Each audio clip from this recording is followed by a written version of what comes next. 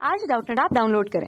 Doubtnut पर अपने सभी गणित, रसायन विज्ञान, भौतिक विज्ञान और जीव विज्ञान के डाउट्स का करो सफाया। बस प्रश्न की फोटो खींचो, एक ही प्रश्न को क्रॉप करो और तुरंत वीडियो सोल्यूशन पाओ।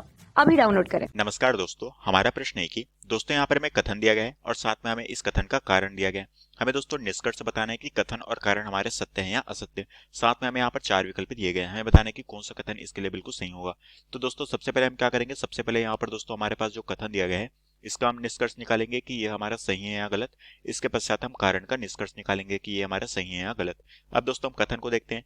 कथन में हमें बोला गया कि पेट्रोलियम परिवर्ती घनत्वों के विभिन्न हाइड्रोकार्बन का मिश्रण होता है, ये हमें बोला गया है। तो दोस्तों हम जानते हैं कि हमारे जो पेट्रोलियम है ये क्या होता है दोस्तों, ये हमारे हाइड्रोकार्बन के द्वारा ही बना हुआ होता है। तो हम कह सकते हैं दोस्तों यहाँ पर हमारे जो कथन दिया गया है यह कथन हमारा बिल्कुल सत्य है।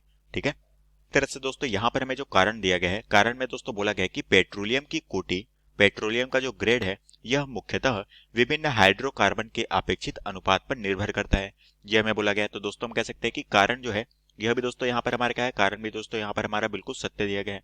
परंतु दोस्तों इसका जो स्पष्टीकरण है वो यहाँ पर सत्य नहीं है। ठीक है, इसका दोस्तों हम कह सकते हैं कि इसका जो स्पष्टीकरण है, स्पष्टीकरण वो यहाँ पर क्या है, सही सही नहीं है। ठीक है, सही नहीं है। तो दोस्तों इसका सही स्पष्टीकरण क्या होगा ये भी हम यहाँ पर देख लेते हैं। अब दोस्तों इसका जो सही स्पष्टीकरण है वो क्या होगा, दोस्तों हम जानते हैं कि ये जो हमारा हाइड्रोकार्बन है, ठीक है, ये जो हमें प्रश्न में दिया गया था, ये जो हमारा पेट्रोलियम है ये विभिन्न हाइड्रोकार्बन का मिश्रण होता है। ठीक है, और यहाँ पर दोस्तों क्या होता है, इसे दोस्तों हम जानते हैं पैराफिन के तौर पर।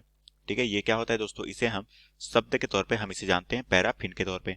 अब दोस्तों ये जो हमारा पैराफिन है ये क्या होता है, एल्केन के पर्याय के रूप में हम इसे कर सकते हैं। ठीक है, और इनमें दोस्तों हमारे जो सामान्य सूत्र होता है क्या होता है, जो होता है हमारा CnH2n+2। ठीक है, यहाँ पर हमारे क्या है, सामान्य सूत्र वाले ये हमारे हाइड्रोकार्बन का मिश्रण है। ठीक है, ये हमारे क्या है, सामान्य सूत्र वाले हाइड्रोकार्बन हाइड्रोकार्बन का मिश्रण होता है। ठीक है, और इस मिश्रण में क्या होता है दोस्तों, इस मिश्रण में हमारा जो है, इस मिश्रण में हमारे 20 से लेके 40 तक हो सकता है। ये जो हमारी n की वैल्यू है, n की वैल्यू कहाँ से कहाँ हो सकती है, n की वैल्यू दोस्तों हमारी जो है 20 से लेकर हमारी 40 के बीच हो सकती है। ठीक है, और कमरे के ताप पर दोस्तों ये क्या होता है, ठोस अवस्था में होता है। ठीक है, तो दोस्तों हम जानते हैं कि ये जो हमारा पैराफिन है यह कमरे के ताप पर क्या होता है, ठोस अवस्था में, ठोस अवस्था में होता है। और इसी ठोस अवस्था में होने के कारण दोस्तों हम क्या कहते हैं, इसे दोस्तों हम परिवर्ती घनत्वों के हाइड्रोकार्बन का मिश्रण के तौर पे हम इसे जानते हैं, जिसे दोस्तों हम क्या कहते हैं, इसे ही हम पैराफिन कहते हैं। ठीक है, और यही दोस्तों में प्रश्न में पूछा गया था कि ये जो हमारा पेट्रोलियम है, ठीक है, ये जो हमारा पेट्रोलियम है यह परिवर्ती घनत्व के हाइड्रोकार्बन का मिश्रण है। तो हम कह सकते हैं कि यह कथन बिल्कुल सत्य है। और इसका सही स्पष्टीकरण क्या होगा, क्योंकि दोस्तों इसी मिश्रण को हम पैराफिन के तौर पर जानते हैं, जिसका सामान्य सूत्र ये होता है दोस्तों, जहां पर n की वैल्यू हमारी 20 से लेके 40 के बीच होती है और ये सामान्यतः पर क्या होता है, ठोस अवस्था में प्राप्त होता है। इसे ही दोस्तों हम हाइड्रोकार्बन का मिश्रण कहते हैं। तो ये होगा दोस्तों इसका सही स्पष्टीकरण। अब दोस्तों हम देखते हैं कि कौन सा कथन सही है। पहला हमें कथन बोला गया है जिसमें बोला गया है कि कथन और कारण दोनों सत्य है, तो दोनों सत्य है। और कथन का सही स्पष्टीकरण है, तो दोस्तों हमें कारण जो बोला गया है ये सही स्पष्टीकरण बोला गया है, जबकि सही स्पष्टीकरण नहीं है, तो ये ऑप्शन गलत होगा। दूसरा ऑप्शन दिया गया कथन और कारण दोनों सत्य है और कथन का सही स्पष्टीकरण नहीं है। ठीक है, तो हम कह सकते हैं सही स्पष्टीकरण नहीं है दिया गया, तो दोस्तों ये ऑप्शन यहाँ पर ऑप्शन बी हमारा बिल्कुल सही होगा, क्योंकि सही स्पष्टीकरण दोस्तों हमने यहाँ पर एक्सप्लेन किया। तीसरा जो हमने यहाँ पर दिया गया कथन सत्य है, कारण असत्य है। कारण को असत्य बोला गया तो ये ऑप्शन गलत है।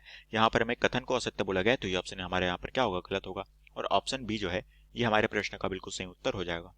कक्षा 6 से 12वीं से लेकर नीट, IIT, JEE वो एडवांस के लेवल तक 1 करोड़ से ज्यादा छात्रों का भरोसा।